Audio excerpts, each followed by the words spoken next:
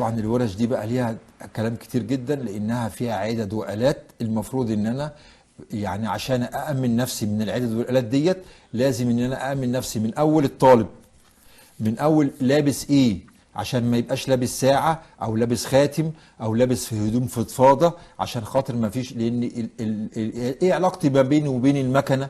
الماكينة ديت لابد ان هي كمان هي نفسها لها اجراءات تأمينية.